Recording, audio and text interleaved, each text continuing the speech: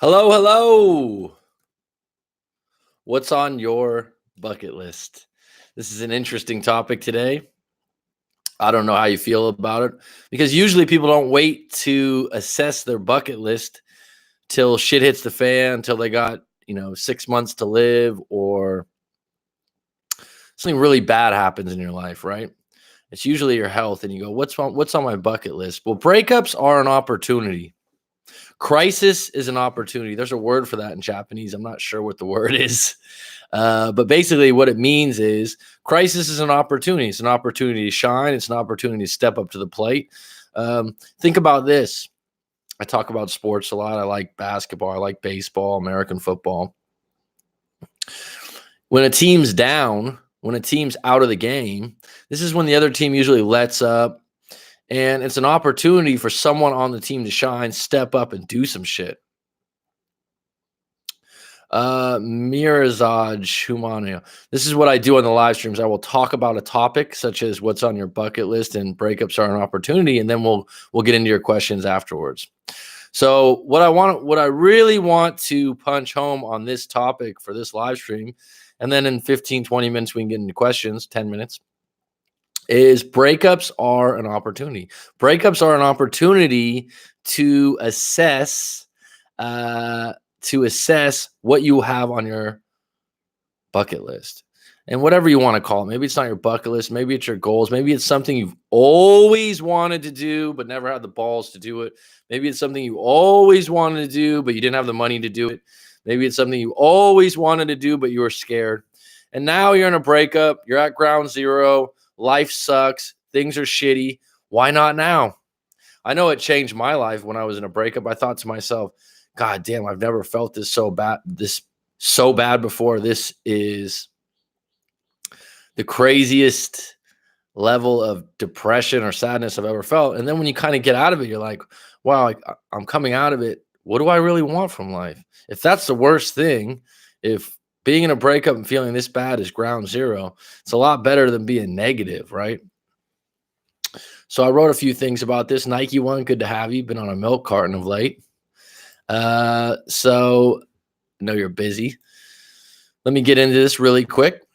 And please, in the live stream right now, please put in the comments if you like to tell me what's on your bucket list. Maybe share one or two items, whether that's to travel somewhere, whether that's to, a lot of times our goals are things that have a finish line. I want to own my own house. I'll get back to you, Mary. I'll email you after the live stream about that. So what is your bucket list? And let me just add something to the side of this. How I look at buckets. Buckets. And I'm not talking about basketball. I think in your life you have a spiritual bucket, which could be religion. You have a financial bucket. You have your relationship bucket. And you have these different areas in your life and you're always trying to fill them up. And sometimes, once they're full, you're fine. But at some point in your life, for example, if you were broke when you were a kid, your parents didn't have a lot of money and you went without money, you're constantly trying to refill that bucket thinking that it's never going to be full. And I call this a bucket with holes. And basically, if you notice people that have a lot of money are really driven by making a lot of money, and you think to yourself, damn, dude, this guy's a billionaire. Why doesn't he stop? Oh, well, it's just a sport for him. Well, when he was young or something happened to him or he was in a prison camp or something like that, he still thinks he's in that camp. He still thinks he's a poor little kid. It's never going to be enough to overcome the fact that he hasn't lost that feeling of lack. And you really have to think to yourself, okay, what buckets are full? What am I happy with? Now, switching to your bucket list, a lot of people don't check this until someone says you got 3 months to live, you got 6 months to live, you got 1 year to live. I've read, I forgot what book it was. It was a simple book. I was in the library and the guy goes, I asked this really interesting question at a party. He said he would go up to people at cocktail parties and go, you know what? I hate small talk. Tell me what you'd do if you had 10 days to live. It's like, what the fuck? You started out a conversation that way? In my head, I thought to myself, I don't think I've ever had someone start a conversation. Hey man, my name's Mac. How you doing? Hey John, how you doing? Hey, what would you do if you had 10 days to live? What? Kind of throws someone off, but everyone has an answer, right? If you had 6 months to live, you have 10 days to live, you have 3 months to live. You know, the first thing that comes up usually is I'd spend more time with my family and friends. For me, I would probably do a daily podcast. I'd talk to my mom every day. I'd do live coaching sessions for free. Some people are like, really? Another question to ask yourself. These are questions I would say that why not ask them when you're in a breakup? Why not ask them while you're at ground zero when you're really sad, and assess things that you actually have control over? If money wasn't an issue, what would you do? This is a question that we have in The Superior Man. If money wasn't an issue, what would you do? Because obviously we always come back to, well, I don't have enough money to do that. If money wasn't an issue, what would you do? Right? For me, I would still be doing the same thing. I would just be doing it at a higher level, right? I'd have a team. I would have a group that was helping me out with the podcast. I had multiple shows on. I'd make it a full-time thing. I'd like to have a hotel near the beach with a basketball gym. I've talked about this before with fishing trips in the afternoon, yoga classes. I'd have a house maybe in Mission Beach in San Diego. These are things that excite me when I think about them. I'd travel to Polynesia, New Zealand, Argentina, Brazil, Jamaica, maybe Alaska. These are things that I'm like, damn, that would be really cool. It's not something like, yeah, all I want to do is own a house. That's not exciting. That's more like, that's what everyone else wants. I should want that too. No, I'd like a house in Mission Beach on the boardwalk. That would be exciting. I wouldn't just want a hotel. I'd want a hotel on the beach with a basketball gym inside.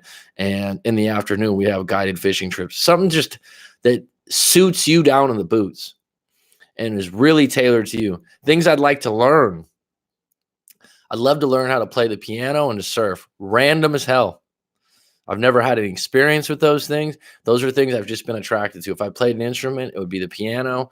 And if I had a new sport or thing to do, it would be surfing.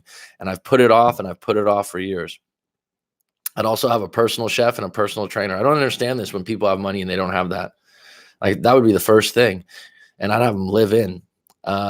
I'd create a scholarship program for students that wanted to study abroad. I think that's really important. So these are things I'm just sharing with you randomly. And I would get really specific on them and really key in on what the fuck's exciting to you. Not just what you think everyone else wants you to do. Like I said, most people go, oh, I want to own my own house. Oh, that leaves a lot of options. So any house that you could just own, that's not really exciting. And this is how I ended up living in Thailand for 10 years. I had a vision, I had an idea, and I thought, fuck, I saw some pictures online. I go, I want to live there. I saw the movie The Beach with Leonardo DiCaprio, and I said, I want to live there. I wanted to teach at the university level. I said, well, in California, I just can't do it unless I do another 10 years of school and get into debt. Oh, I can do it abroad.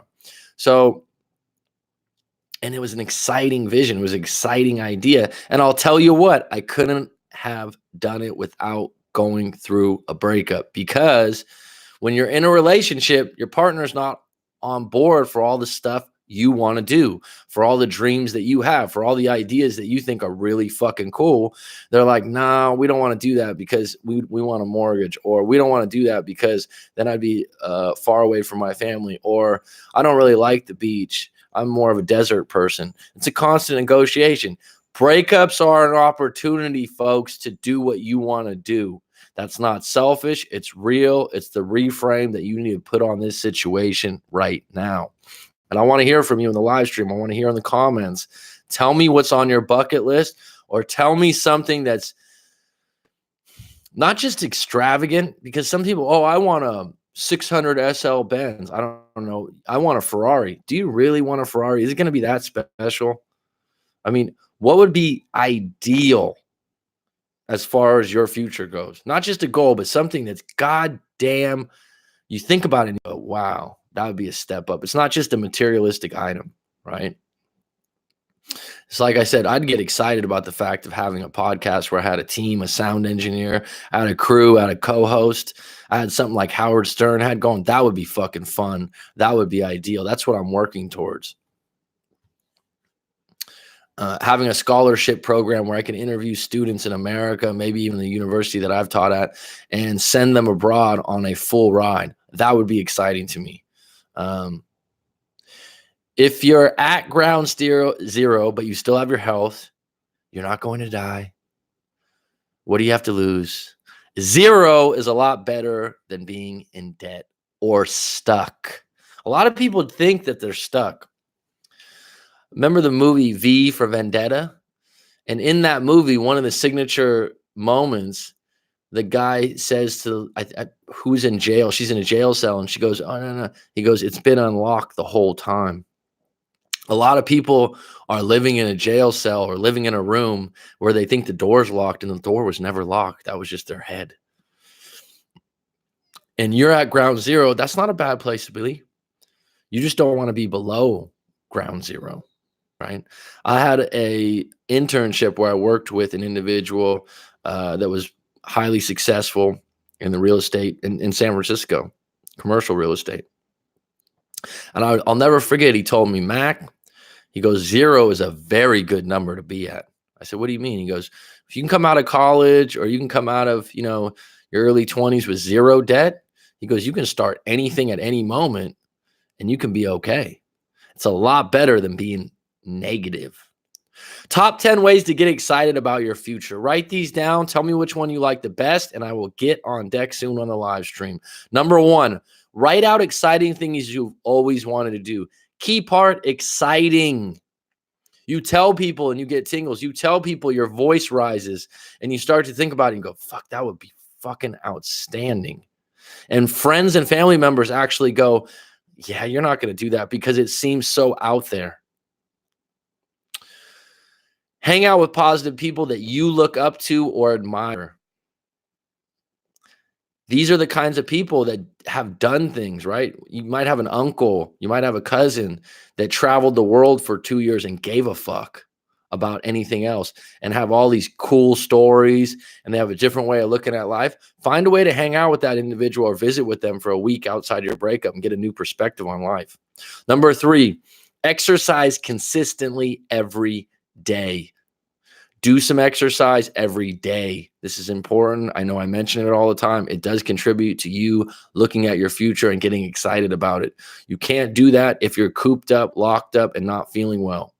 Number 4, don't just have goals, have a finish line. The ideal situation, something that really excites you. I know I said it already. Please give me some exciting stuff here.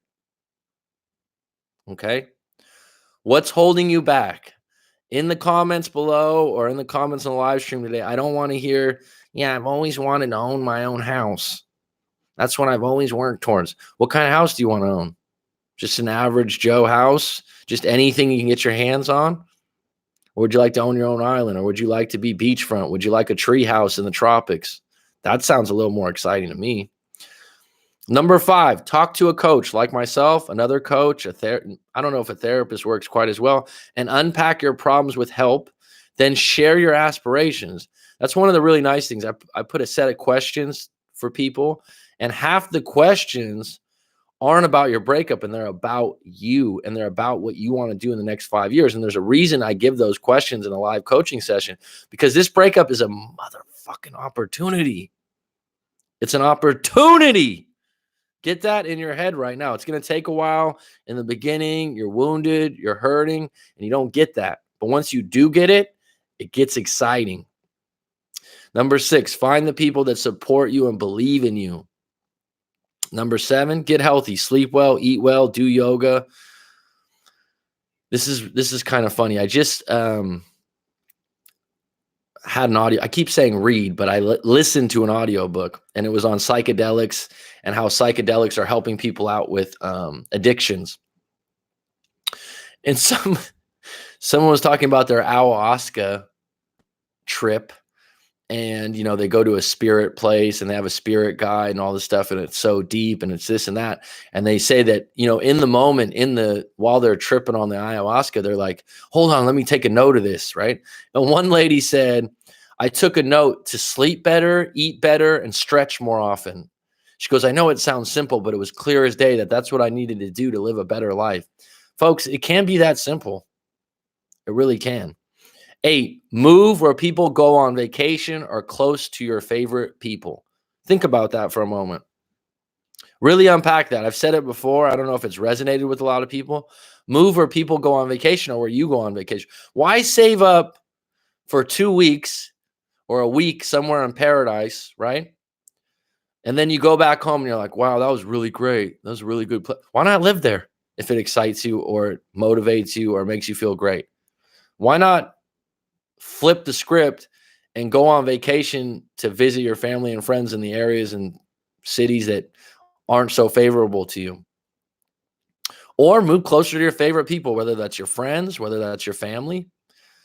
Number 9, travel more. Find a destination, find a place. I mentioned earlier, I'd love to go to Polynesia. I love islands. I love the tropics. I love beaches. Polynesia's in the middle of nowhere, and I have some family members that are Polynesian, so it interests me. And I just don't hear a lot of people that go over there. Some Fiji, Tonga, Samoa, Tahiti. This interests me. I think this is a beautiful place. New Zealand's another place. Argentina, Brazil. Those are places that if I had the opportunity to go, I'd be excited about it. Someone mentions, you want to go to Iceland. I've heard Iceland's really cool. It doesn't excite me. Maybe it's the name, Alaska, maybe. But people always go, do you want to go to Europe? I'd go to South America first. I don't know why. It just excites me a little bit more. Number 10, what is it you really want? Ask this to yourself during quiet time. Ask this to yourself every day for the first 30 or 40 days of your breakup and see what comes up outside of getting your ex back. So if it keeps popping up, I just want what do I want outside of my ex? What do I want outside of getting my ex back? If everything else, let's just put my ex to the side a moment. Let's put them on the street corner outside of my head. And let me think to myself, what do I really want? And who are you? What did you always want to do? This is really important when you're assessing what it is you want, what you want to do on your bucket list. Mastery by Robert Greene, which is a fantastic book on figuring out what you want to do with your life. It's more or less figuring out a career and whatnot. In that, he talks about getting in touch with what you really want to do when you were a little kid, 4 years old. I always wanted to be a fireman. I always wanted to be, sorry, says the connection's unstable for a moment here. Lost touch. Okay, I'm back. Said it was unstable for a moment there. I always wanted to be a fireman. When I was a kid, I always wanted to be a sportscaster. So I wanted to be on TV. Chris Berman from ESPN was kind of my hero when I was a little kid. Back, gone, home run. I used to love listening to the sports highlights when I was a kid. And I read the sports page every year. Mac, I can't hear or see you. It's loading. Okay.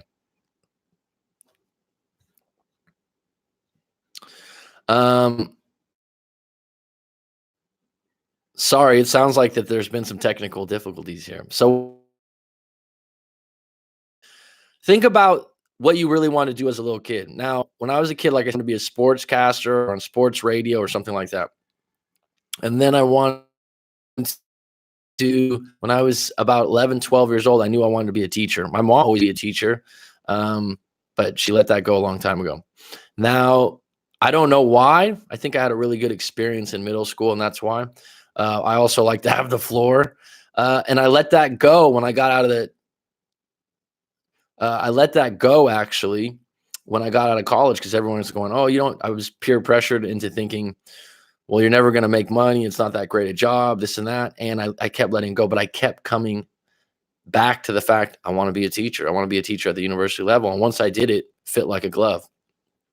And now a lot of what I'm doing with this channel and stuff is teaching at a certain level, coaching, teaching, interacting with people. And if I said, outside of teaching, I'd want to do some kind of counseling. And so get in touch with what you always want to do when you were young and pursue that. Okay. And a lot of times you're not pursuing it. And a lot of times, if you're having a lot of trouble out of your breakup, you're not happy with yourself. And the reason you're not happy with yourself is because you aren't doing something that excites you, makes you happy, or is your destiny. Is that too deep? All right, folks, let's get a little deeper into this.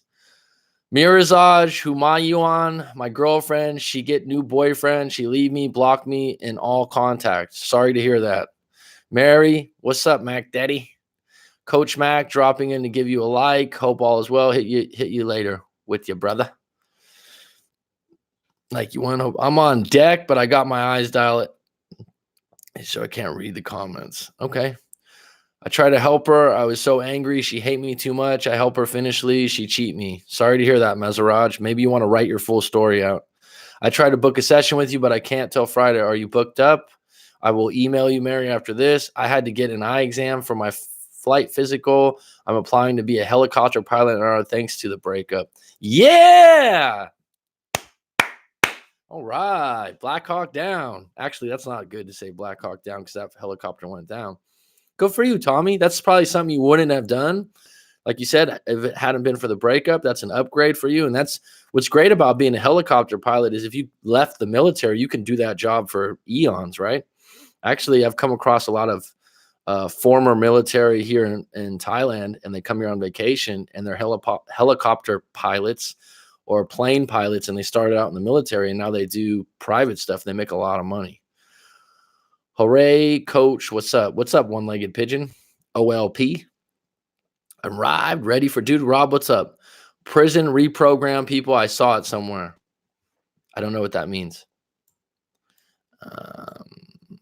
10 days to live. I'd figure out how to live 30 days more. That's touche.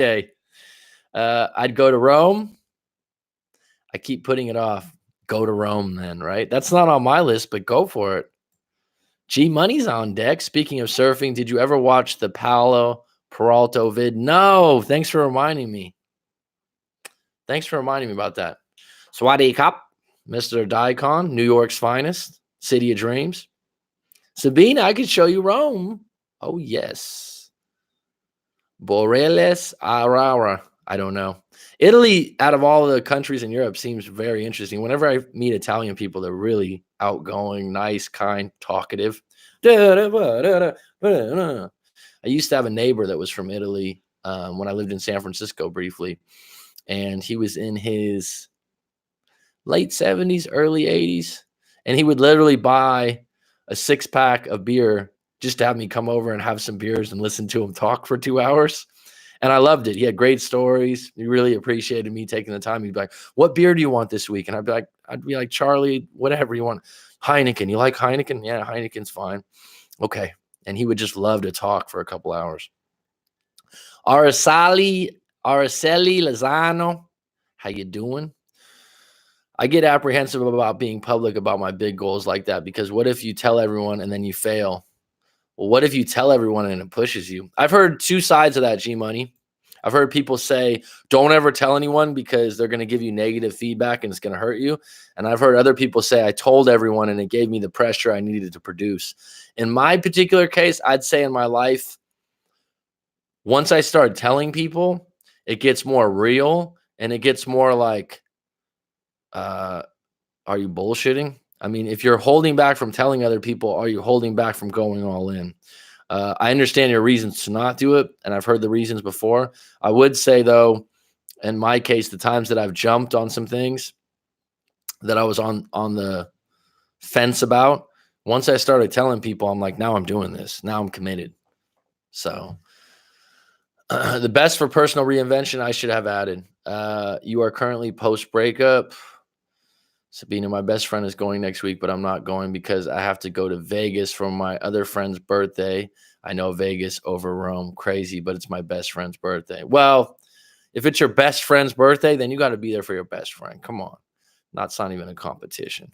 You can always volunteer. I volunteer all my life. It's what makes life and plus meeting interesting people, mostly open-minded. Yeah.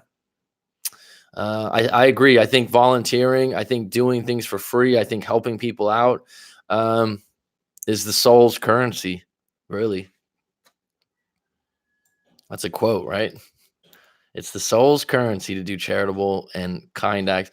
Think about, I don't know if I shared this with you guys. There's a lady that, I don't know, she's like in her 80s or 90s, and she walks to the beach. The beach is about a 20-minute walk from my house. If you walk slow, it takes me 10 minutes. This lady's 80 plus. So it takes her about 20, 25 minutes, right? She's walking like this. And sometimes she waves you down to give her a ride on the bike.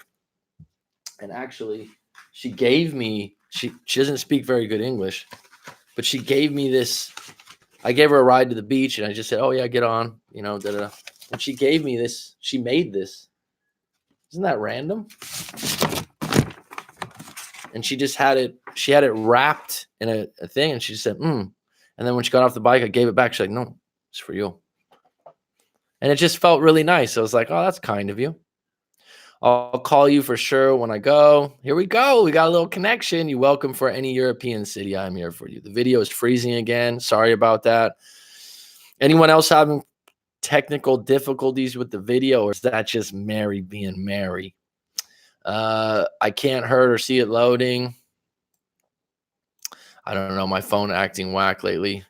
I'm not sure, but it did come up a couple times that it had to reload. So it might have been. I just signed back up for therapy today. Been linking with people I've wanted to be friends with, but never made the move to hang with it before. It's been a week. Finally stopped checking his socials. Good for you, VC.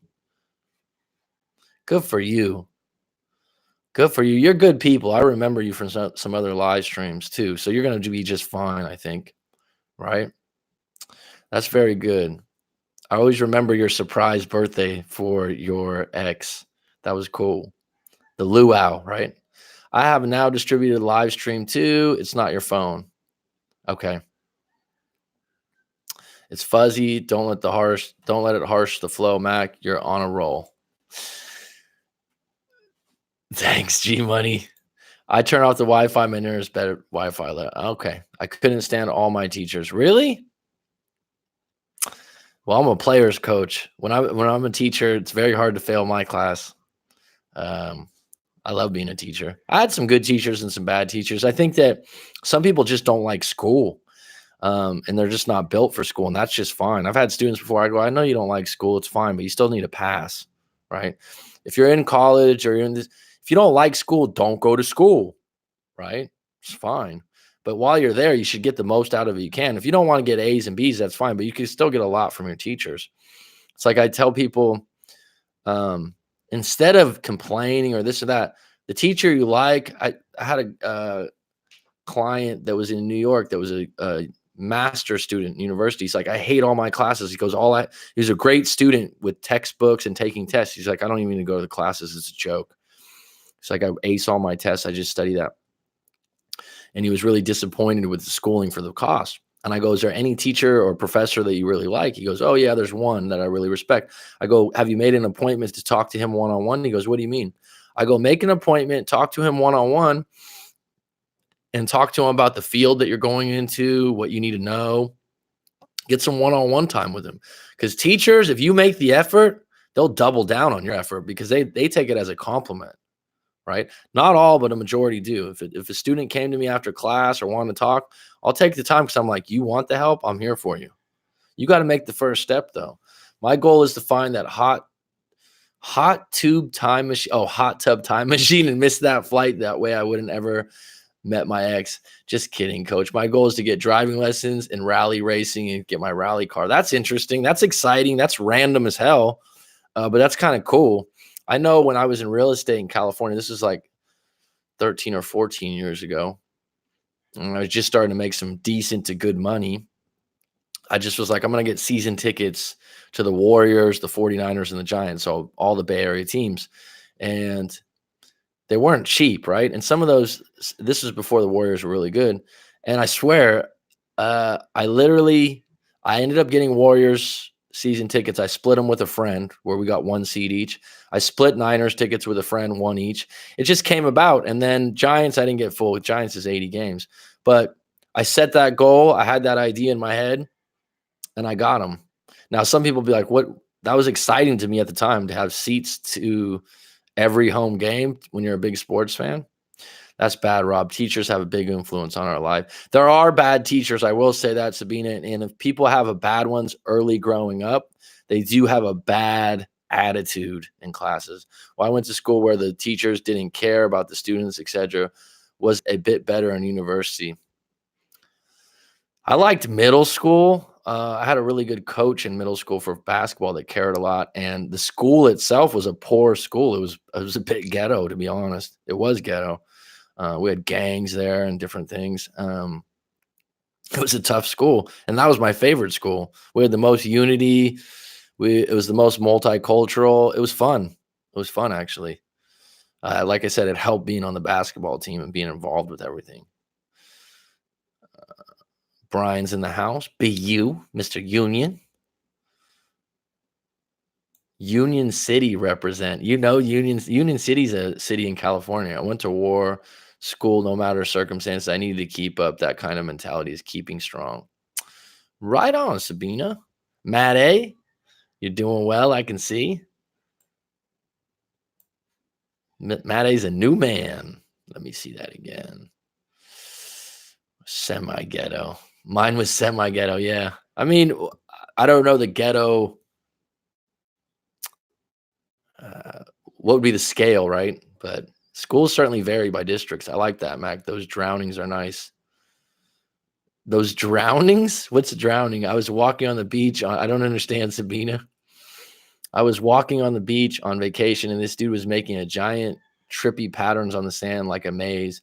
Used a drone to take pictures of it. I talked to him, and now I follow his work on Instagram. People do that all the time at the beach here. VC, no problem. You're good people.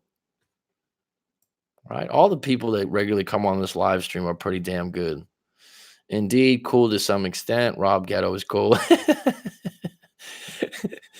I know you'd give me all A's, Mac. I've had students that come up to me after class and like, I really like your class. I have fun, dude. It almost feels like when you're a teacher and you like to talk, it's like you have the stage. You have the stage. I would like to do comedy at some point. That'd be fun for me. I actually backslid and looked at my Facebook page. That habit is worse than a drug addiction. Identify it, bro. Identify the triggers, Brian. Seriously, because it's not going to make you feel better. That's a drug addiction that's not going to give you a good hit. That's going to give you a bad one. No worries. I wish it was spelled with in it sometimes. Okay. B. Yun Zhang, how are you? What was the name of your school? You're talking about my middle school? D, are you from California? So would you know? Is that why you're asking? What's up, gang? What's up, folks? Be right back. I got to ask this guy in another live stream about a trade offer. Don't curtains till I come back. You're on 2 live streams at the same time? Wow. Like that, Mary? I can't even get full attention. I was talking about those drawings that lady gave to you. Oh, okay. I'm sorry. What a short-term memory. Wasn't that kind? Random kindness meets random kindness, right? I'm driving down the street. She said, oh, wait, give you a ride on the motorbike. I ride a motorbike mostly around. Gets on the back and gives me those drawings. It's kind of serendipity. It's cool. The schools out here weren't great, but I had a couple counselors there that made an effort with me. I honestly think that left a big impression on my value state. Shout out to the well-intended. Great point. Well-intended. Yeah. If you're going to be a teacher, because I've worked with other teachers, there are ones that don't like being a teacher, don't like kids, don't like young people. They bitch about it all the time. And it's sad because you hold a significant spot, and especially at the university level, at any level, because I was teaching younger kids for about 1.5 years, 2 years. That was a life experience right there at a charity. That was a life experience to teach them. But the amazing thing, as a teacher, you have a significant role in people's lives and how they're going to turn out. I remember I've talked about this before. Tony Robbins in an interview, who's ultra positive and life-changing kind of guy, He says he had a teacher when he was a junior or senior in high school that called him after class and told him how great a public speaker he was, and he's never known someone with such natural ability. And he's like, from that moment on, I kind of knew. Well, that teacher lit a match, gave him some reassurance, and told him he was highly talented at that. I'm not saying that he's going to give that teacher credit, but that teacher certainly gave him some foundation to go, all right, I could take this a step further. My favorite school was also Geta, like you described.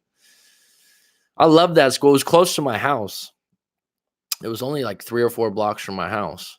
And like I said, I say it with affection. I mean, I love that school. I love that school. Motorbike rides, I don't accept. I wasn't going around going, hey, you want to ride? She was waving me down. Thailand's different like that. People are just outgoing, laid back.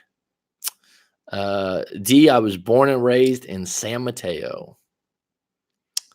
And that's where the school was. Mary's. Where are you at, D, if you're in California? Mary is multitasking. On my bucket list is to build eco house with solar panels. Yeah, that's getting big. Or one of those tiny houses. Yeah, Mary can talk to 2 or 3 live streams. Mountain View. You're near Moffett Field, huh? I actually I went there as a kid for a birthday party. Someone's dad was in the military over there. Mountain View's the home of Google. Shit, that got expensive. Mountain View, small world, bud. Bay Area's nuts now, isn't it? I interned at NASA over there. Cool, man. Good for you, bro. I mean, I don't know. D could be a woman or a man. Sis. I'm working toward a big tournament in Vegas next year. That's my goal for foreseeable future. Poker tournament, G Money? You're gonna be like what's that guy's name? Dan Blizzarine? I want a big house with an ocean view. Well, that narrows it down. Pick the ocean. Get the location. I don't know if D's a woman or a man. I'm sorry. That's why I have to ask, because D could be both. There's no way to assume that. Funny thing, in Thai language, D means good.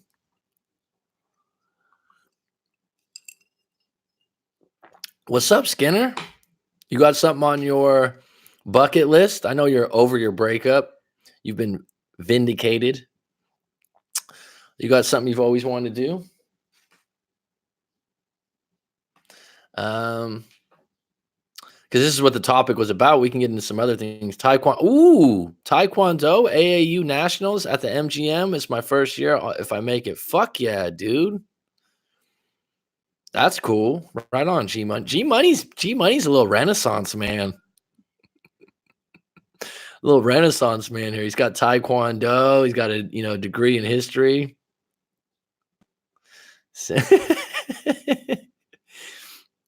The opposite of bro, right? You do Taekwondo too? I would have loved to take up some kind of martial art when I was a kid. I was never introduced to it, but I think it's great for a discipline. I guess it would be like a masculine version of yoga in some ways, right? Because it's very mindset, discipline wise. So if you do G Money, if you do AAU Nationals, this might be an ignorant question because I don't know shit about it. Is it like one-on-one with random people, or are you in a team where you guys score points? How does that work? I'm just curious. If you like Tim Ferriss from the 4-Hour Workweek, he didn't do Taekwondo, but he won an international title in something. Excuse me, I just burped a little bit. By bending the rules a bit. I'm just curious. So that's one-on-one. Singing lessons. Are you a good singer already? See, those are, what's cool about that, VC? You could do that, right? You can take a singing class. There's so much stuff about that online, but I would say, me being a social person, I do like the idea of being in a room with other people studying the same thing. So even though you guys don't like school or something like that, I do think it's really cool. Like when I do go to yoga and you got 4 or 5 people in there and you talk after yoga and you're like-minded, maybe you're into health. That's nice. Taekwondo's like that. If you can go do singing lessons where there's 2 or 3 people, I think that'd be cool. How about this, VC? Why not do it? Why not make a commitment right now on this live stream to say, I'm going to do those singing lessons and just see where it takes me? VC, I think you said you had 2 kids also, right, in the past? What do they think about your singing? What's your favorite cover song? Just curious. I used Taekwondo in a school fight in my junior high, and I won. It was like Street Fighter 2. Oh shit, D. I remember there was a guy when I was in high school, and he was small. He was on the football team though. And there was another kid that was a little bit bigger than him. That I don't want to say he was a bully, but he was a little rougher. And they had one of those, they mugged each other on the, at school. They stared each other down, and they got in a fight in the locker room. They got a fight too. They like held the door closed and all this shit. And I wasn't there, but they said the smaller dude, which was like significant. I think the other guy was like 5'5", 5'6", and then one guy was like 6 foot, a little skinnier, but still. And he fucking jump kicked him. He used some karate, and they said he kicked his ass, dude. It's the only time I've heard of someone using martial arts in a fight in high school. Fights in high school used to always end up getting broken up before they started, usually. People from all over the country by rank and weight, and you fight like a tourney until you lose. That's cool, man. Caruso!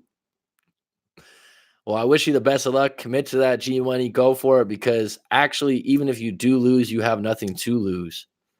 Just by competing in it, being around like-minded people, you're going to improve from it. It's going to be fun. Shit.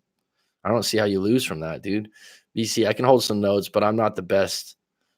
Though I always had a bucket list of learning as many forms of art and expression as possible. I like anything Sam Smith, Khalid, Alicia. Oh, Alicia Keys. I forget about her sometimes. She's got a beautiful voice, and she plays piano.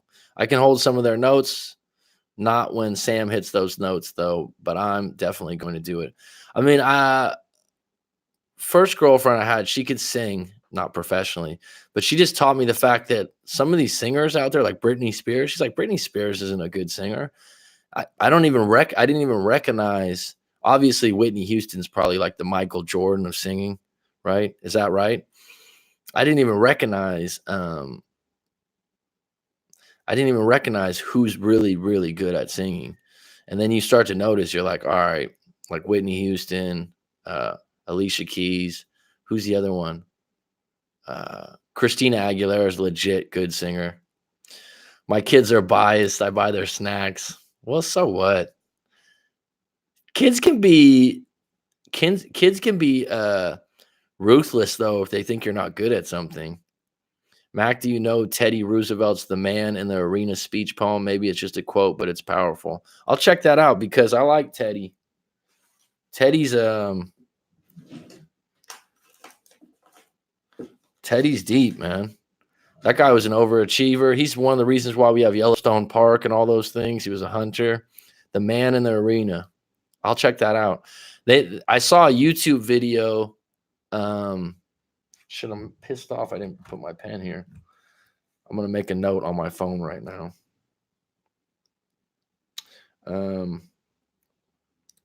I will check that out. Isn't it great though now that we can just look this stuff up?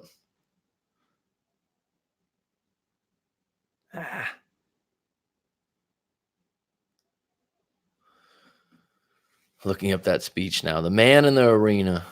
Teddy Roosevelt. Teddy Roosevelt doesn't get his credit for how good a president I think he was. But I don't want to get into that because some people are going to go, oh, yeah, this president, that president. That's not what this is about. We get off topic enough. Claire Rusherman, what's your advice if your ex keeps reaching out to you and no contact? Oh, thanks, Mary. I really appreciate it. You're cheating on live streams now, huh? Says a lot about your character. What's your advice if your ex keeps reaching out to you and no contact? Claire, tell me this. What do you want? So if you're asking me this question, what's your goal? What's the ideal situation? People, I said this, at least you're honest. Okay. That doesn't take the sting out of it. One more time and you're banned, Mary. Um, People ask this a lot, though. I don't understand when question is always, "What do you want?" It is, right, Sabina? I mean, okay, so it's fantasy football over this. I can understand that, sure. Banished. Let me get back to you, Claire, because you have a significant question in regards to breakup. Sometimes we get all over the place here with the keepers of the gate here. Number one, Claire, what do you want? And if you don't want your ex back and they do contact you, then you need to tell them straight up, I don't want to get back with you. If you do want to get them back, or you do want the opportunity to get back together, do you want them to crawl on their hands and knees and continue to contact you over and over again? So why aren't if your ex keeps reaching out to you in no contact, a lot of times the point of no contact is to get the person to reach out to you. And so once they do reach out to you, at that point, the story isn't written. There's still free will involved, and you still have to make a decision if you want to meet up with them, if you want to give them a chance, if you want to have a conversation with them. But a lot of times people go, "Oh, they keep calling me. I don't know what to do." Or they keep calling me and I just want them to work harder or fight for the relationship. And that's the part I don't really agree with.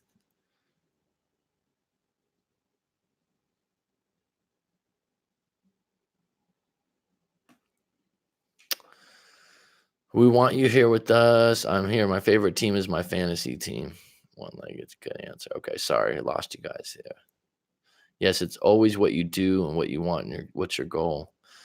You know what? I didn't realize this till my 30s. How much you you you don't realize that you don't ask yourself the question, "What do I want?" You keep talking about what you don't want, and now I notice it. Yes, they definitely can be brutal. Oh my god, my daughter's 3, and she thought very old women in the store was a zombie. Started shouting, running, and earning everyone embarrassing. Like I said, they can be ruthless because they don't understand. They don't have a filter. And so if your daughter or someone doesn't like your singing, they'll say something. Um, I want them back, even though they were the dumper, but it's mixed signals from all the time. They want to leave and text you for security. They or him. So don't group in all X's as one. Claire, I'd recommend that you send in your story to writemac.com and I can give you my full take. Kamar Singh. There is no end to no contact. There is no 30 days, 60 days. I tell people if you want to go no contact and you need a finish line, go 30 days, go 60 days because you just need a goal, but that doesn't mean you're going to get your ex back. What do you mean when does no contact end? When the other person contacts you? There is no formula for that. No contact is first and foremost for yourself to heal, for yourself to realize that you can actually be okay on your own, that you're not highly dependent on another individual that doesn't want to be with you. That's deep. Thanks, G Money. I'm a Gronk fan. Gronk's not in the league anymore, Mary. Are you sure? The fake rugby. I'll tell you this, people don't realize, and I'm not saying it's a good thing, but American football is actually more dangerous than rugby because of the hits with the helmets and people are running 25 feet into each other. I like both sports actually. Kamar Singh, you might want to send your story in and get my full take. Get to like you would love it. I like our European football. You guys call it soccer. I played a lot of soccer when I was a kid, but I just don't love the sport. It's just not popular. But as Americans, we can't say that. I actually, living abroad now, I do call it football because I got tired of people saying it's called football. It's not soccer. I don't really care. No contact ends and I like to watch football, Army versus Navy game. That's fun. American football is easy to watch. I'm a Gronk fan. I know Mac. American football players are also all like 300 pounds and jacked. I'll pass on getting hit by that. The difference is they're running into each other at full speed, blindsided. Rugby, everything's in front of you. It's highly physical. It's highly dangerous, but you can see who's hitting you.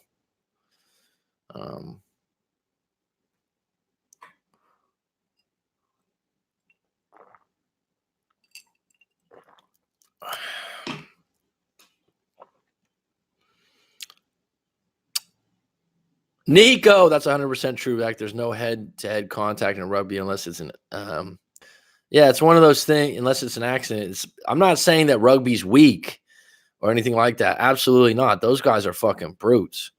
I'm just saying that a safety coming over the middle on a wide receiver 25 feet away, like this, like a bull, right? It's different. And the receivers over the top like this, it's more dangerous. Yeah, some Falcons players come into the salon I worked at in ATL, and you know that they're huge football players because they are huge. Okay. Football players stand out in public. I've seen a few at the airport. They're big dudes. I actually saw Drew Brees in San Diego his rookie or second year, and he didn't look like a ball player. He's a small dude. He's only 6'1" or 6 foot, and he wasn't very big. Yeah, no one cares about CFL, Rob. Sorry, that's actually true. Doug Flutie was your biggest claim to fame.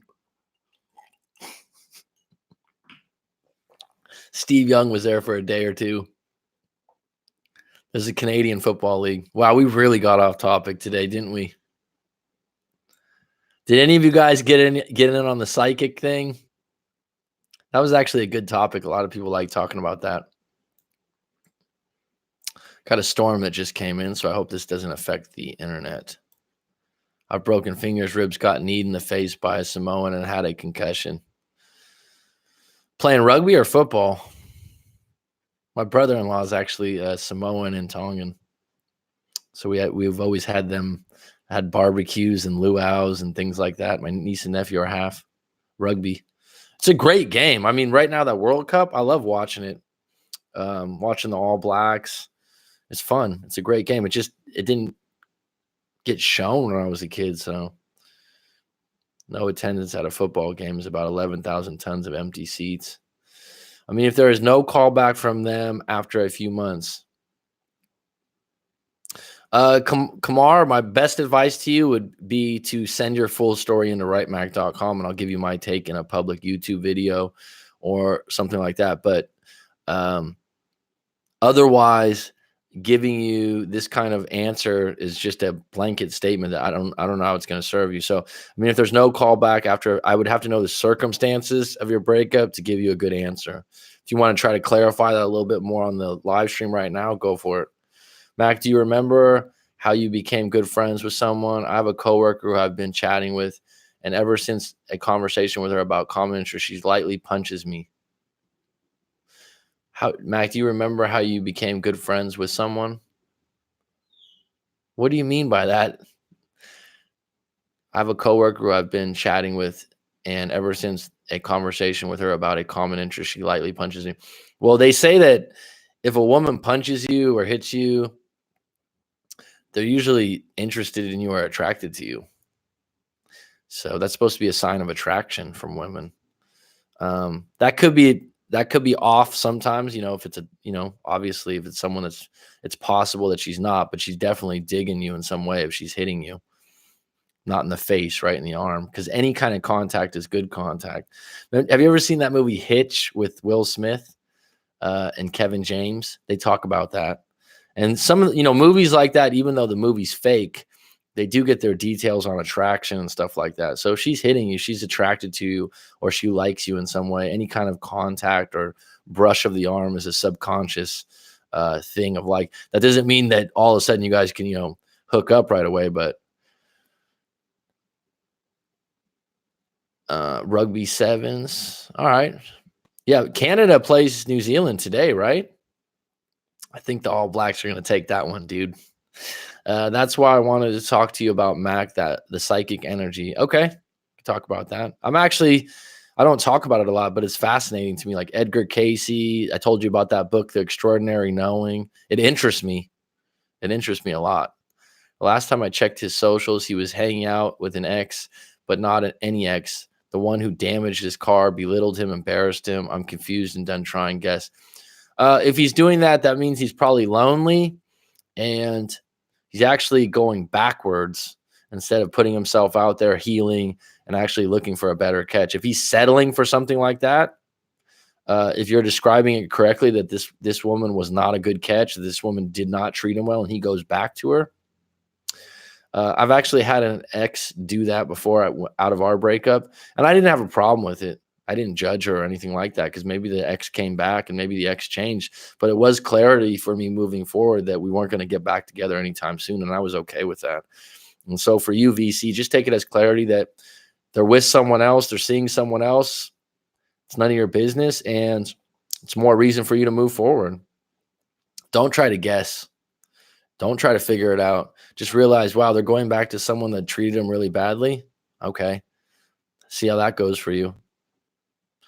I cut weight, got good at sevens rugby. Good, man. That's a good sport. I think it'll get more popular in the States over time. Why would someone go back to the company of someone so toxic after experiencing someone kind like me? I don't get it. It felt like an insult. Well, VC, I'm not sure. I have a good memory, but I don't remember exactly what happened in your breakup. I don't know if I read your story or not, but that would give me a little bit more context on the answer. But I would say that the reason a lot of times people go back to an ex that's toxic or, dare I say, just not as good as you were, the familiarity is comfortable. And so out of a breakup, you're lonely, you're scared, you're sex deprived sometimes. There's a lot of different things going on. And so if an ex from the time before reaches out to you or you reach out to them, it's probably a lot easier bridge to cross than going back out in the real world and trying to navigate your way through dating again. And so it's not necessarily that they're going to stay with that person, but that person's filling a void for them.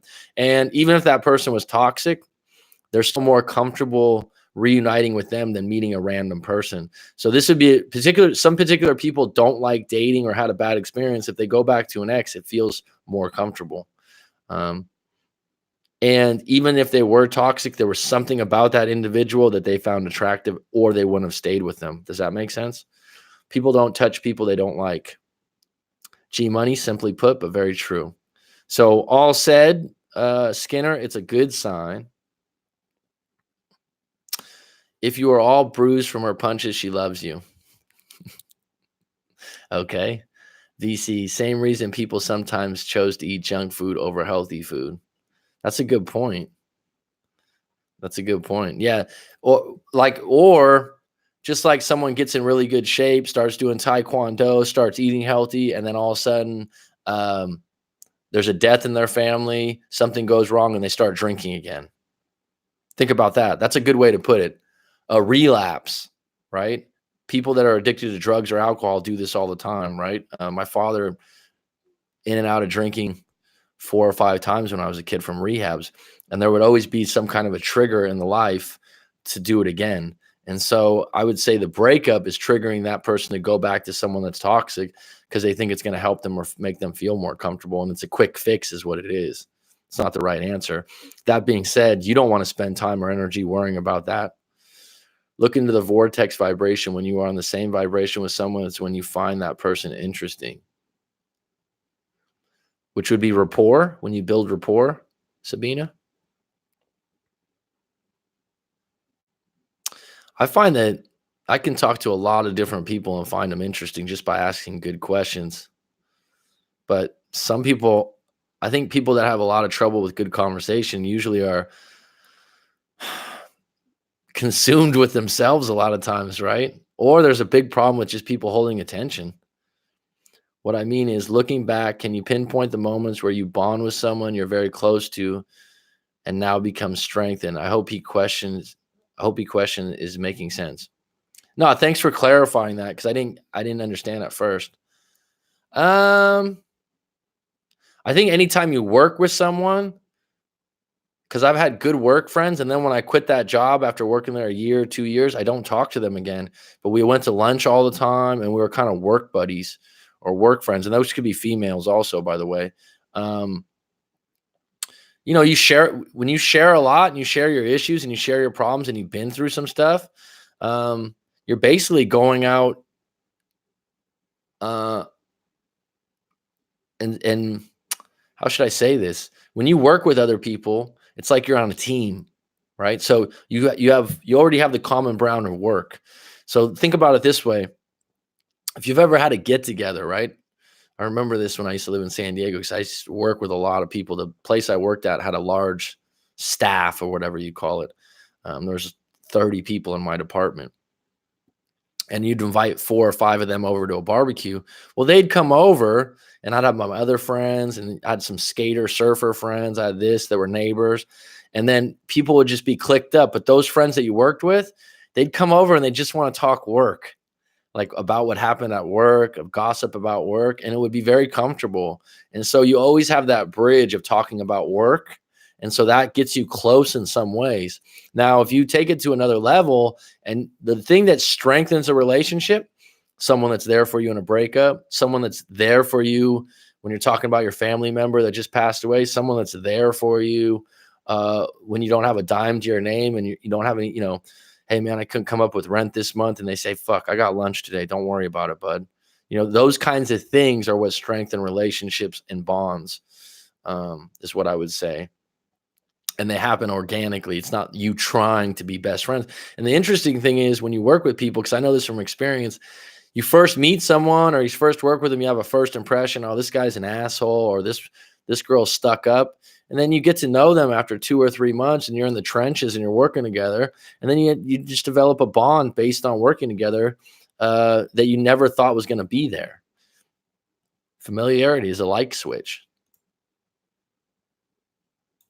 It's like, think about this.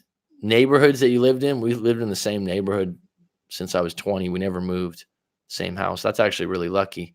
Well, we moved out once when my parents were getting divorced, but lived in the same neighborhood. The neighbors I had weren't close, but we were, hey, Mac, hey, you say hello all the time. We were friendly.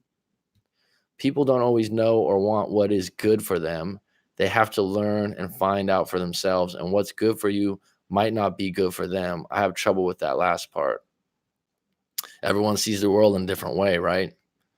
I think just by making that statement right now, G Money is a step in the right direction. And the more aware of it you are, the more you'll be able to deal with it.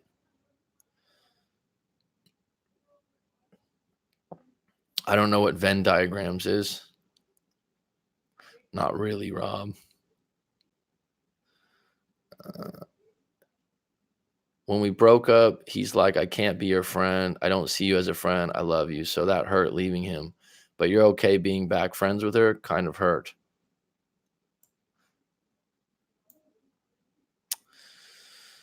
Maybe they're not friends. Maybe they're friends with benefits, VC. You just don't know, and you don't want to get attached to that. That wasn't personal. That's not circumstances. If he loved you, then he couldn't deal with just being friends. So I think right now, anytime you break up, a rule of thumb, and I don't like to generalize, is you do need a month or 6 weeks just to let the smoke clear and realize what's going on, what really happened on this.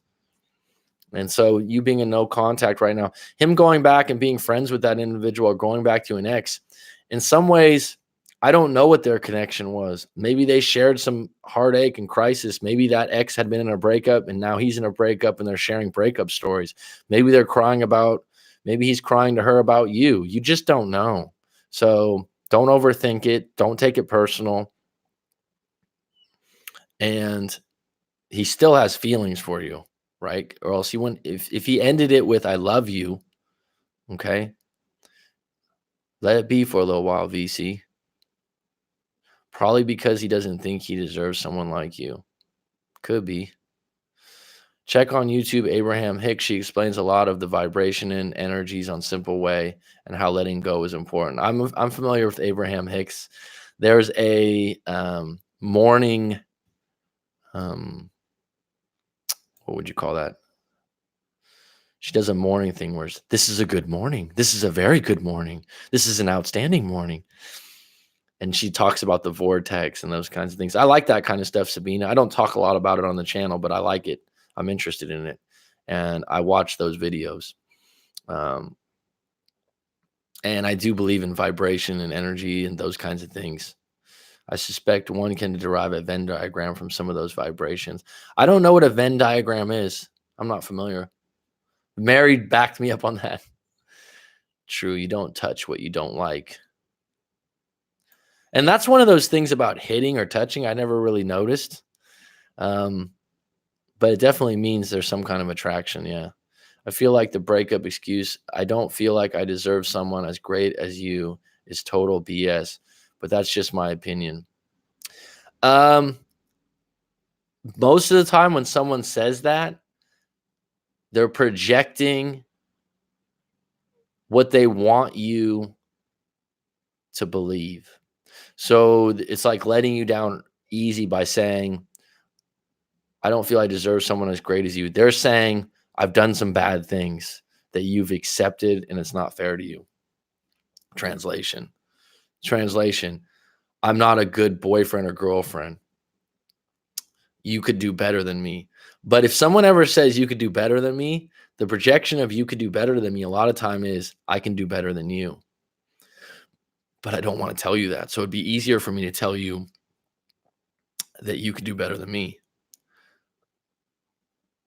Don't curtains, please.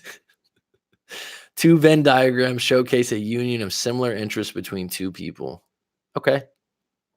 Yes, finding yourself, then you will be good for the other person. I mean, interesting as a partner. Sexual interesting.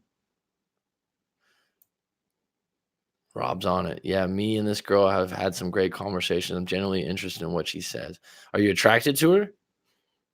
It's kind of funny because people tell, this is what's interesting, Skinner. Some people tell me, oh, you could never be friends with a girl when you're a guy. And I don't find that to be true in my case. I think that you can eventually become attracted to each other, but I don't think it's just cut and dry. But I do have some friends that that's true of, that no matter what, if they were friends with a girl, they'd have to be taking a path to hooking up eventually. That's true. Guess that's just how I move. But you're right. Solid clarity. Don't take it personal, VC, and don't make assumptions. Those are the 2 things I'll leave you with on that one. Don't take it personal and don't make assumptions. In 1 month, 2 months, the guy could be saying, oh, we were just reaching out. You don't know what their relationship really is or how far it's gone. The girls I'm attracted to, I don't like their personality. The girls where I like their personality, I'm not really attracted to them. I'm shallow, aren't I? Fuck no. That's why it's difficult because, here's the thing, G Money. Some people aren't picky. So I have friends that used to tell me, you're way too picky, dude. Well, I mean, there's some guys, you probably have friends like this too, G Money, that, they don't really have a type. It's like they'll date any girl that's interested in them. So you know that at some point, though, you'll meet someone with the personality and the looks, right? It's possible. So it's just that in the moment, you're going to have to strain through those, right? I think of it like this. I like Skinner's thought. I think of it like this. You meet people who will be friends because of their circumstances like work or school. The people who end up your true friends are the ones who are still there during tough times. Absolutely. If you move quite a bit or you change jobs, like I've moved, when I say moved, I've lived in different cities or areas for over 4 years at a time. And so when you do that, you lose touch with people, but those moments or those friendships in those times were deep. Now, if I go back home where I went to high school, a large group of those friends, they're still core, hardcore friends that hang out all the time. They're not as open-minded to meet new people, is what I'd add. They don't travel as much.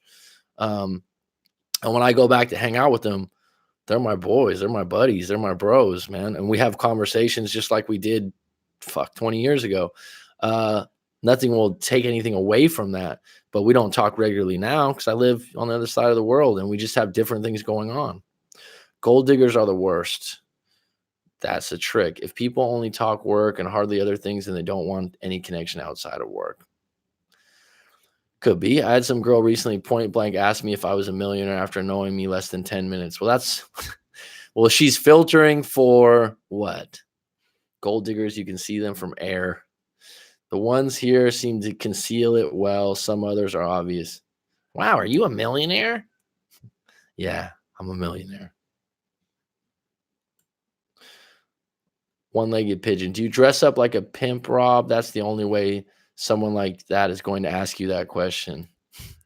Well, her goal will not be fulfilled by me. We broke up because of time and circumstance. I chose to leave, but he didn't think we should have.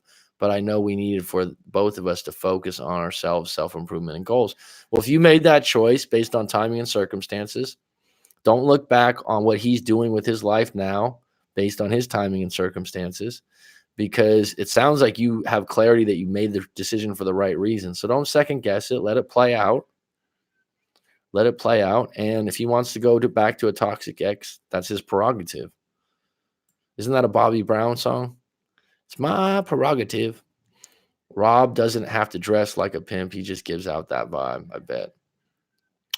Just direct. You didn't go to her. I had to cut of friends like that. That's true. Direct sometimes screams desperate. Cut off. Word. Got to respect the honesty of a woman searching for a rich man. There's plenty of guys that are honest about only wanting sex. No different, really. Good point, G Money. Is what it is, right? Is what it is. A lot of times, too, a woman that's searching for that, maybe they grew up poor. So they've always had a bucket full of holes in it. They never think there's going to be enough money. Or maybe their first boyfriend spoiled them and got them, expensive bags and expensive cars. So they just think that's how a relationship's supposed to be, right? Maybe that's what they're attracted to. That's up to them. I think it was my watch. Rob has that ice. Just learn to read cheap people and you will be fine. What do you guys think? This is a random question. What do you think when you go on a date? Women and men, because we got a good mix today, I think. What do you think when the woman says, let's split it, or let's go Dutch, or she says, no, I'll pay. As a guy, do you go, no, I'll pay, I'm the man? What do you do in that situation? Because I've had that come up in dating a few times, and I don't fight it. Someone might go, oh, you're a cheap ass. I'll offer. If they say, no, let's split it, I'll go, okay. Because to me, that tells me that individual wants to convey that they're confident, they're independent, and they don't want you to believe that just because you paid for dinner that this is going a step further, or that you have a one-up on them. Because I like independent women. I like confident women. And a lot of times they want to split the bill. Sometimes they want to pay for it. Now, if we go out again, I'll offer again. I'll say, no, I got it. And if they go, no, we'll split it, I'm okay with it. Now, if they offered to pay and they pay for everything, the next time we go out, the proper thing is for you to pay. Then it becomes more of a different thing. There's some guys I know, I just insist men always pay. I don't know. If someone's trying to shit test me by offering to pay for half or to pay for the dinner, and trying to trick me to see if I'm willing to override them or fight for the bill, I don't want to do that.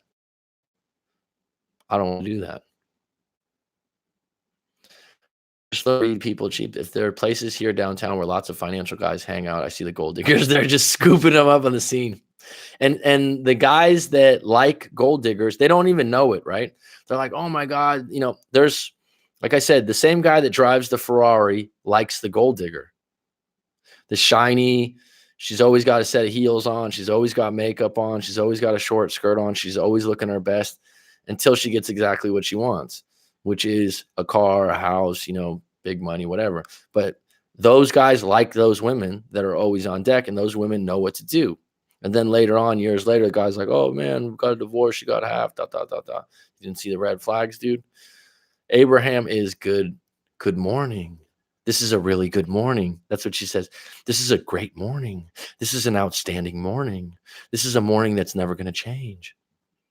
That's true. Me and my buddy Corey at work cuss each other out the first week. Now we're so tight because we both owned up and took accountability. Accountability is big. That's respectful. A good watch is necessary.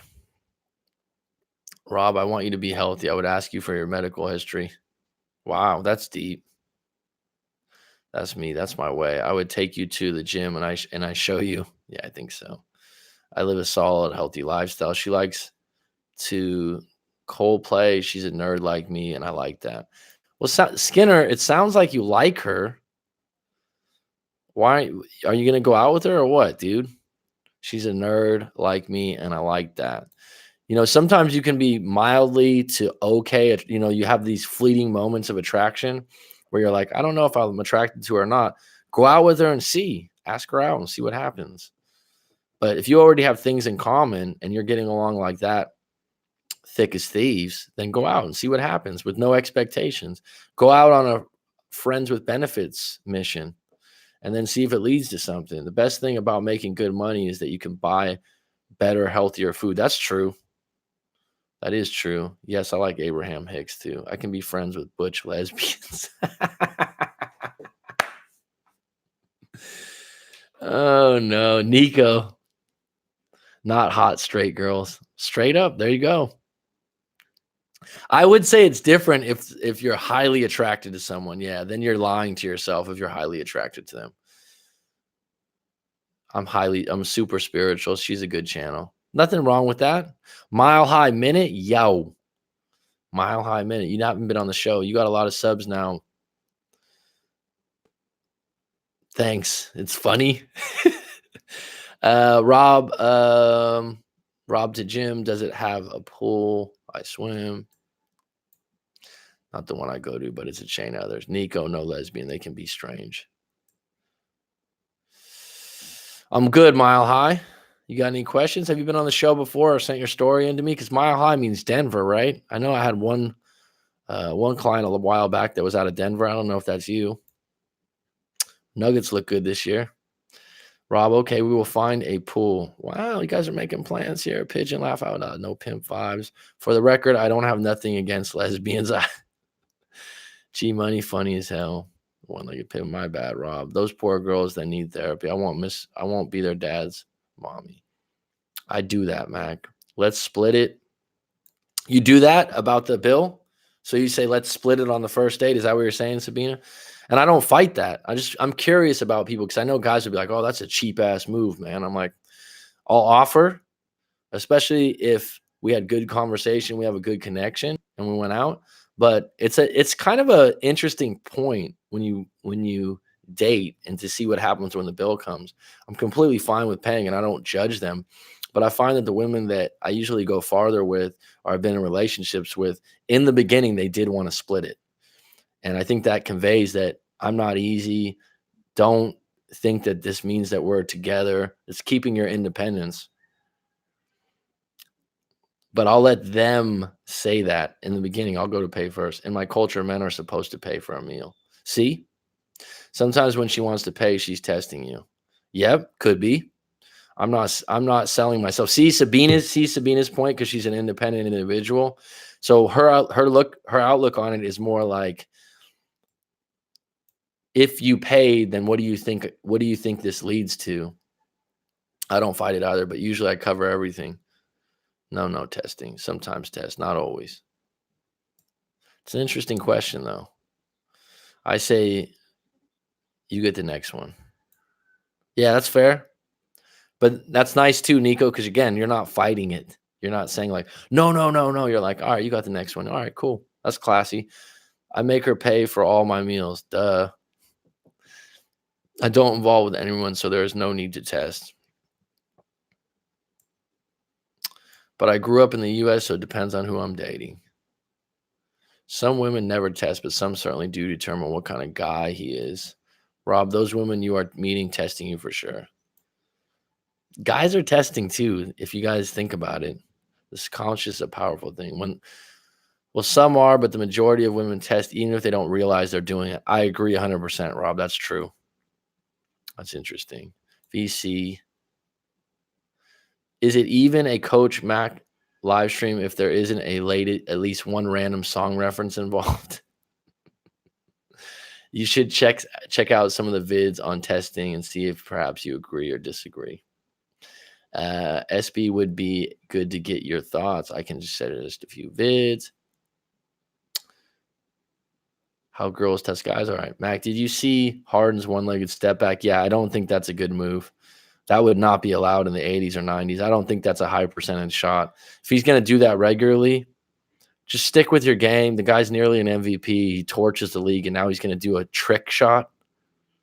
I didn't find it amusing. If he was on my team, no bueno. I'm not a big, full disclosure, I'm not a big Harden fan anyway. I respect how good he is, but I don't like his style. I don't like his act. I don't like you bring this up, you just open up a can. I don't like Harden. So I don't like the way he plays anyways, but throwing a one-legged step back in, you better fucking make 40%, dude. I always initiate paying for my part, but it is nice when you prefer to cover it. Though I only expect more once they're my actual man, even though I think contribution ends up balanced. Ooh, great point. That was poetic. That was eloquent. See, but she mentions that it's a hidden agenda that I initiate paying, but it's nice when they prefer to cover it. SB. There's quite a few out there.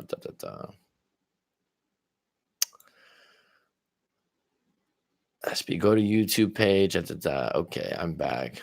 Thanks, man. I really appreciate it. I really appreciate it. I hear it in your voice. I can't stand him. Him and Chris Paul. I'll tell you why. I just don't like. I don't like the acting. I don't like the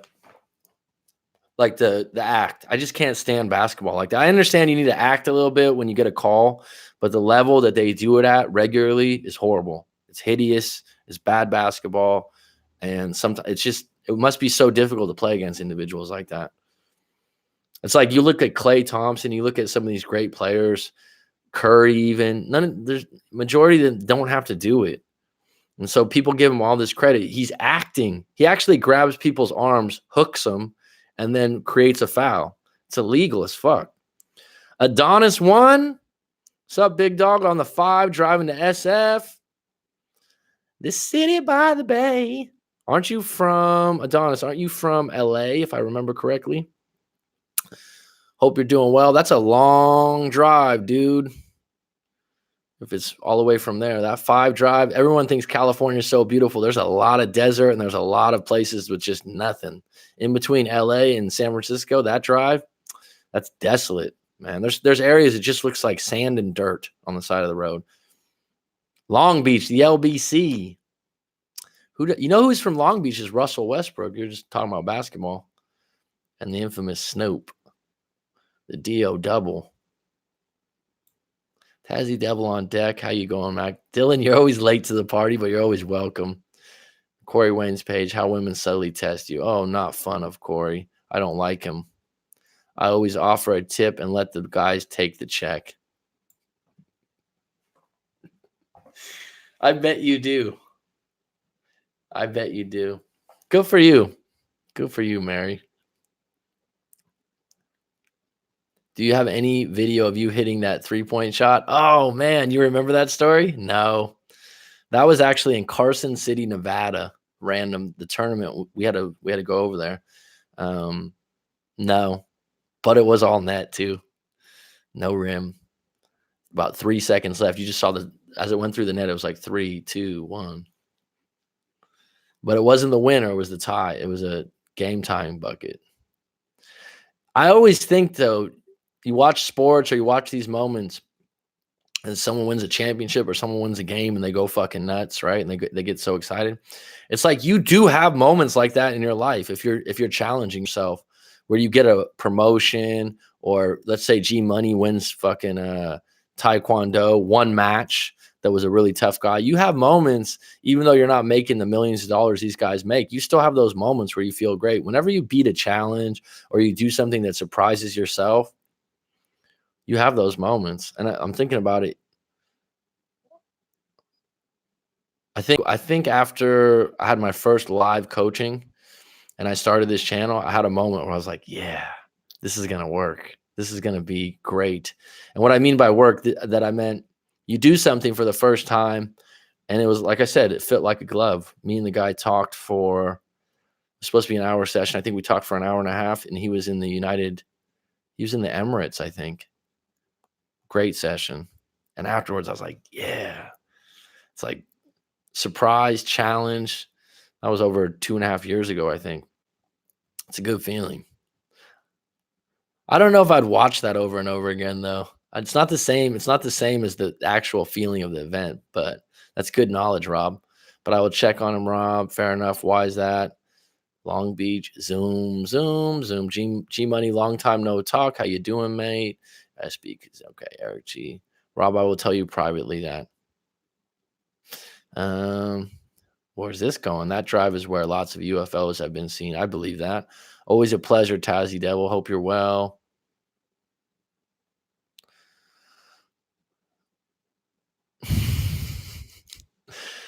I'm not joking. I'm an hour and 25, and I'm going to get off pretty soon because I have some stories to drop.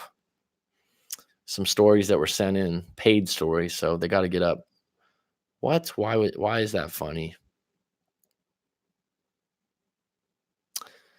All net, that's the best. Maybe 4 or 5 bounces better.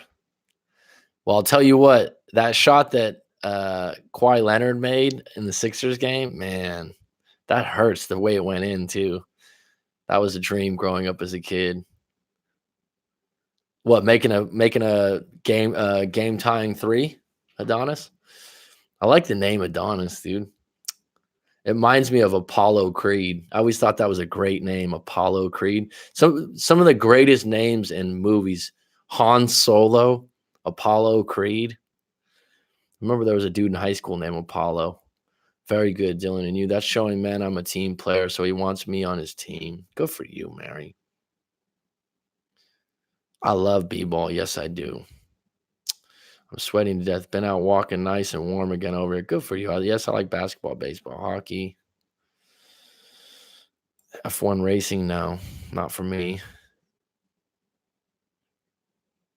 No, because I don't hold it against him that he lets me. As long as he's not just staring at me to cover the whole bill or both of us, we're good.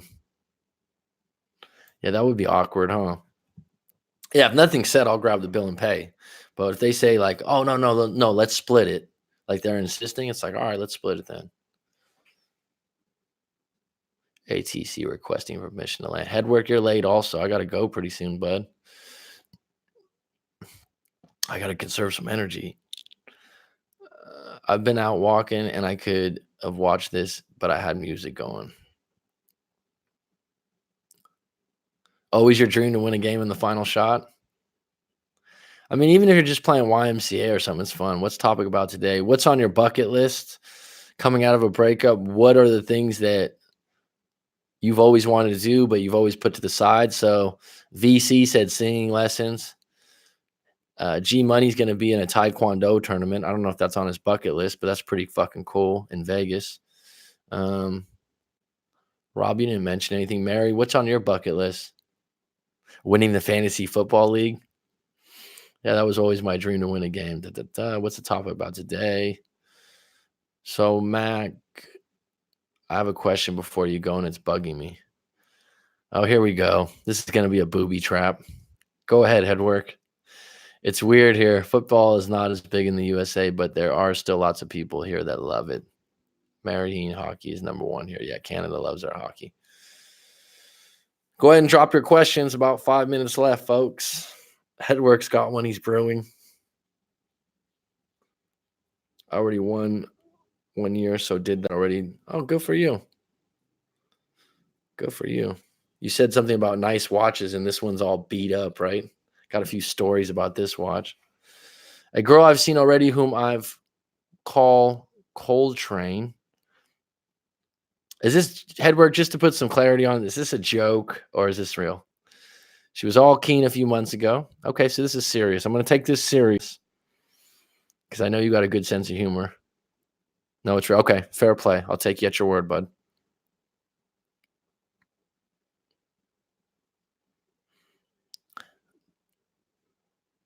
She is of Dutch descent. Real blonde hair. Dun, dun, dun, dun, dun, dun. And you call her Coltrane because...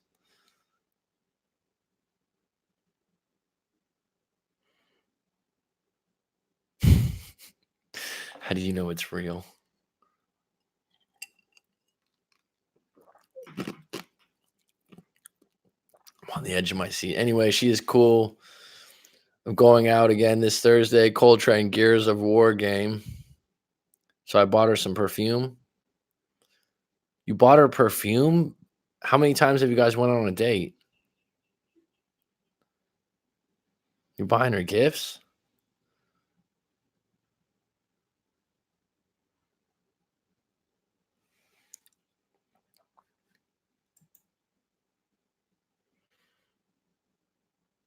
Not for motive though. It's because I have no fucking you bought her perfume because you have no friends? I don't want her as a girlfriend. That's my point. Okay. That's okay. You want to unpack this?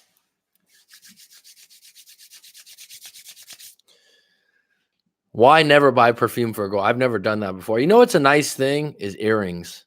Earrings is nice. It's not a ring, it's not a necklace. Earrings is a nice thing. And not expensive earrings, something that suits the individual. But doing that for them like in the first or second date is a little pressure packed. If you don't like her, what is that going to convey that you bought her perfume? You got friends, Headwork. Come on, dude. You got too much personality. Come on, dude. So you're telling me that Coltrane, real blonde hair with Dutch descent, is someone that you want a friend? That shouldn't be a problem. Why are you buying her perfume? What's the intention of buying her perfume?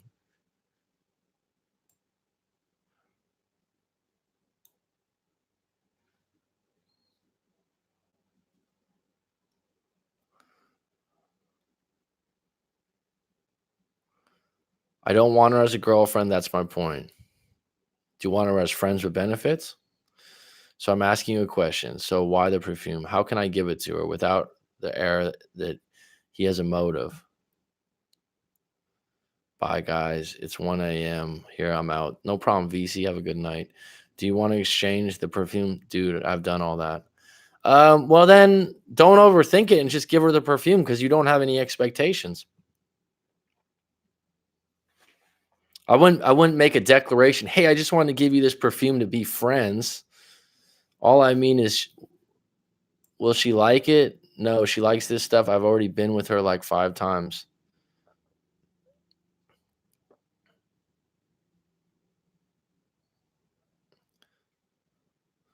So how can I give her the gift without coming across as James Bond with a heart on? Then just give it to her with no expectations. Just go, yeah, I picked this up for you. Don't make a big deal out of it. That's what I would say. If I was going to give something to a friend, and I've done it before that are females, it's really easy to do. It's really casual because I don't mean anything by it. So my expectations are there. If they took it the wrong way, that's on them. And that's not a bad problem. But if they become attracted to you or want to do something, then you have an option. But if your intent is just to get them perfume, then it should be really easy, right?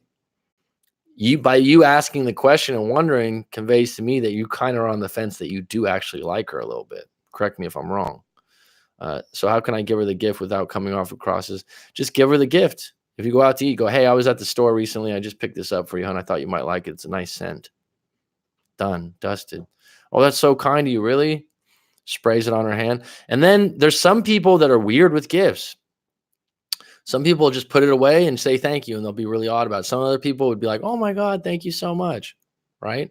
So some people, I just told this recently. I just got, we were at a birthday dinner, a group of friends, a group of people.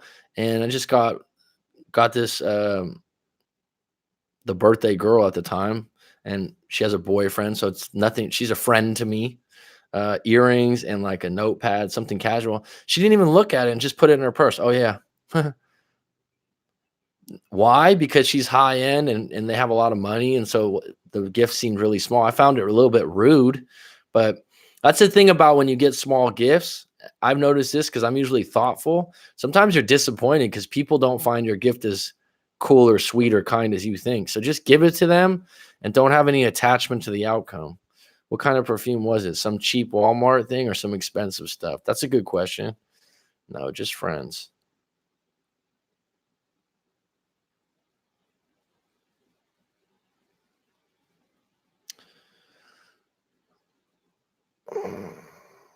Give her the perfume, but say, I totally, absolutely, 100% don't want to have sex with you. That's what G Money says. Shall I give it to her at first or at the end? What's supposed the best question? I wouldn't overthink it, Headwork. If you're going to have drinks and dinner, I would say anytime you give a gift, I would say my reaction would be at the end. I would say at the end, oh, I got this for you. I forgot to give it to you. I don't know. I don't know if I believe you because if a guy invests in a girl, he wants something. Well, Mary's just telling you how she would look at it. Tell her you got it as a promo item and just give it to her without saying you bought it for her.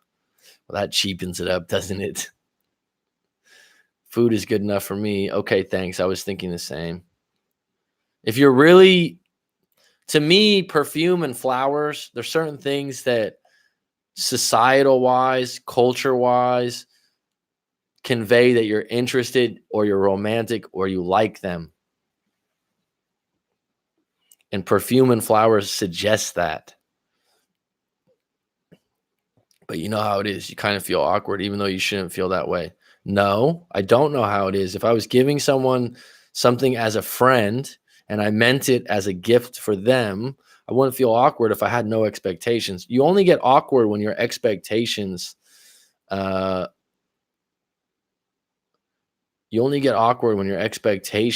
met or you're worried about the outcome. I don't think you have anything to lose if the idea is just to get her a gift out of friendship and kindness. And if she takes it in a different direction, that's not bad. If she says like, oh, that's so sweet and kind of you, Headwork, then that's just a bonus. No thing to put on all at ease. Nico says 007, never give BBs gifts. Never give bitches gifts. That's eloquent of you, Nico.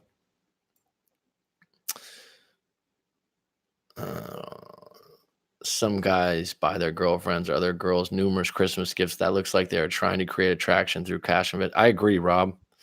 Yeah, some people get offended. I mean, I've known friends that they have money and they just create monsters. They create spoiled situations. And then 3, 4, 5 years, 7 years down the road, when they have a down year financially, they're like, oh yeah, she wants the newest Benz or the newest Lexus.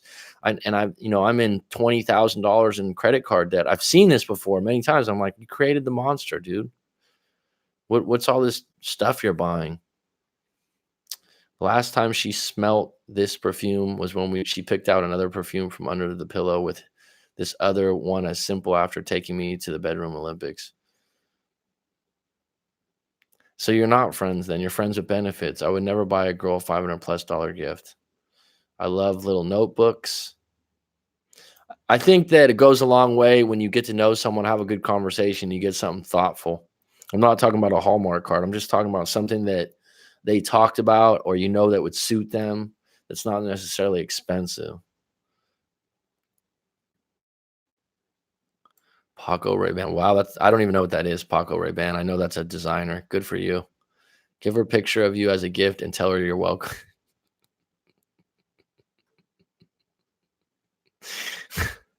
Everyone's got an opinion on this one. Thanks. Headwork, you really opened it up. Fuck that, can't say no to it. Corey went and beat my fucking head in. You want her to wear the perfume while you're, oh God, Rob. I have like 3 little ones in my purse given to me by 3 different people. And you write notes in them?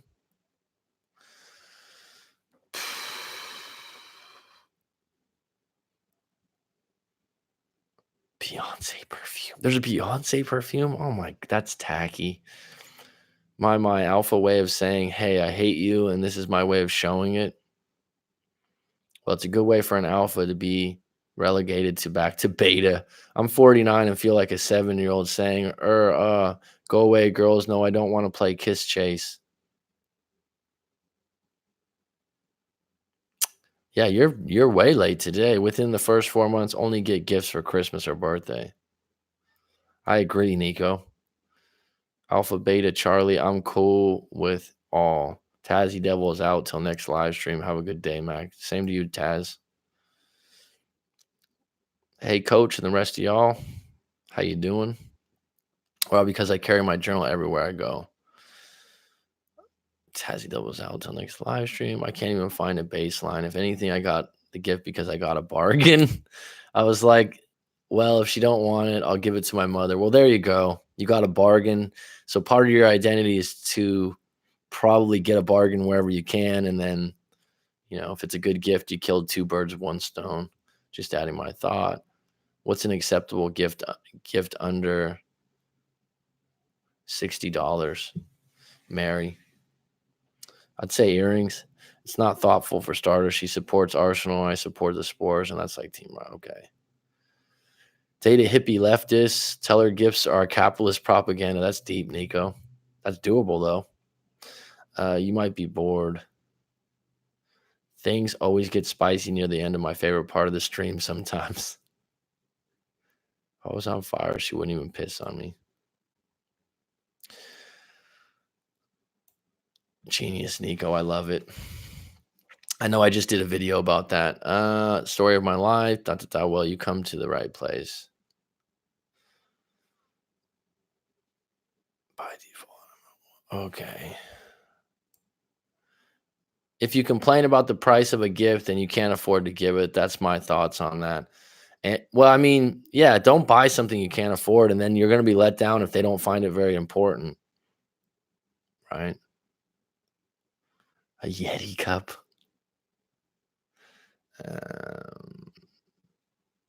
I'm hanging out at this farmer's market and it's full of hippie chicks. Good for you. Good for you. How work was that? Nico, the Bohemian type. There's good-looking hippie women. Shit. But it's a new invented one. That's a good gift, too. You want to give girls something she uses daily, so when she uses it, she thinks of you. Bam! Mary dropped some knowledge. Go with the useful item. Go with the useful, thoughtful item. That's the one. Yeah, picture of you. Hikimori, I don't know what that is. Nico, the farmer's market. Where's your power? Hippie chicks might.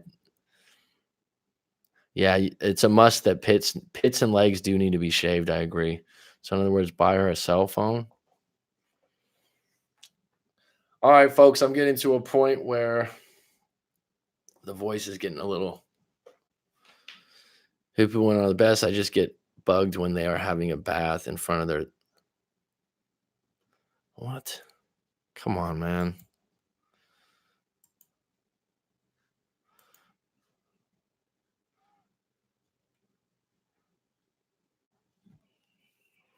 That's a little bit too much, Edward. Come on. No, Mary, men used to give their wives vacuum cleaners.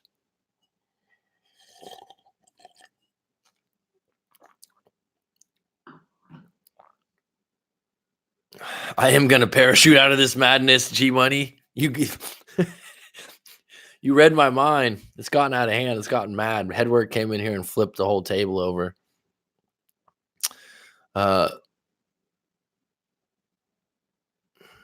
Yeah, well, you don't need to share that, Headwork, that one. You'll be on deck. You got to lubricate. Stream always blows up, and I love it. I'm going to have to make some of these. I'm looking into it to make them private. Better buy me a Dyson or Kirby vacuum, better yet, right, Mary? All right, folks, 1 minute, 1 hour, 44. That's good for me today. I'll be dropping some stories today. So I know some of you really like the stories. They'll be coming out in the next day or two. So yeah, making the streams private with someone had already asked me that before and charged like $5 or $10. And then you guys can say a little bit more of what you want, I guess, because a lot of this stuff's getting restricted. And I'll be honest, with YouTube right now and all the stuff, I can get my channel cut. So you got to watch what you say sometimes. You might go, oh, you're scared about that? Yeah, actually I am, because the channel is a lot of fun, and they have a right, if they find something wrong with it, to cut your channel. You know what I'm saying? So sometimes when you put stuff up and you think it's funny, I got to delete it, or I can't share it. And you might be thinking, what's up with that? It's like, wait, you know what I mean? It's livelihood, not just a business, man. So yeah, don't ruin your baby, Mac. Seriously, YouTube has cut many channels in the past few months. Headwork, you know it back and front? Okay. It's changing daily. There's some sense it can change every day what they accept and what they don't accept. And what you just wrote, headwork, was a little borderline. So just be careful. All right, folks. Catch you later. Curtains.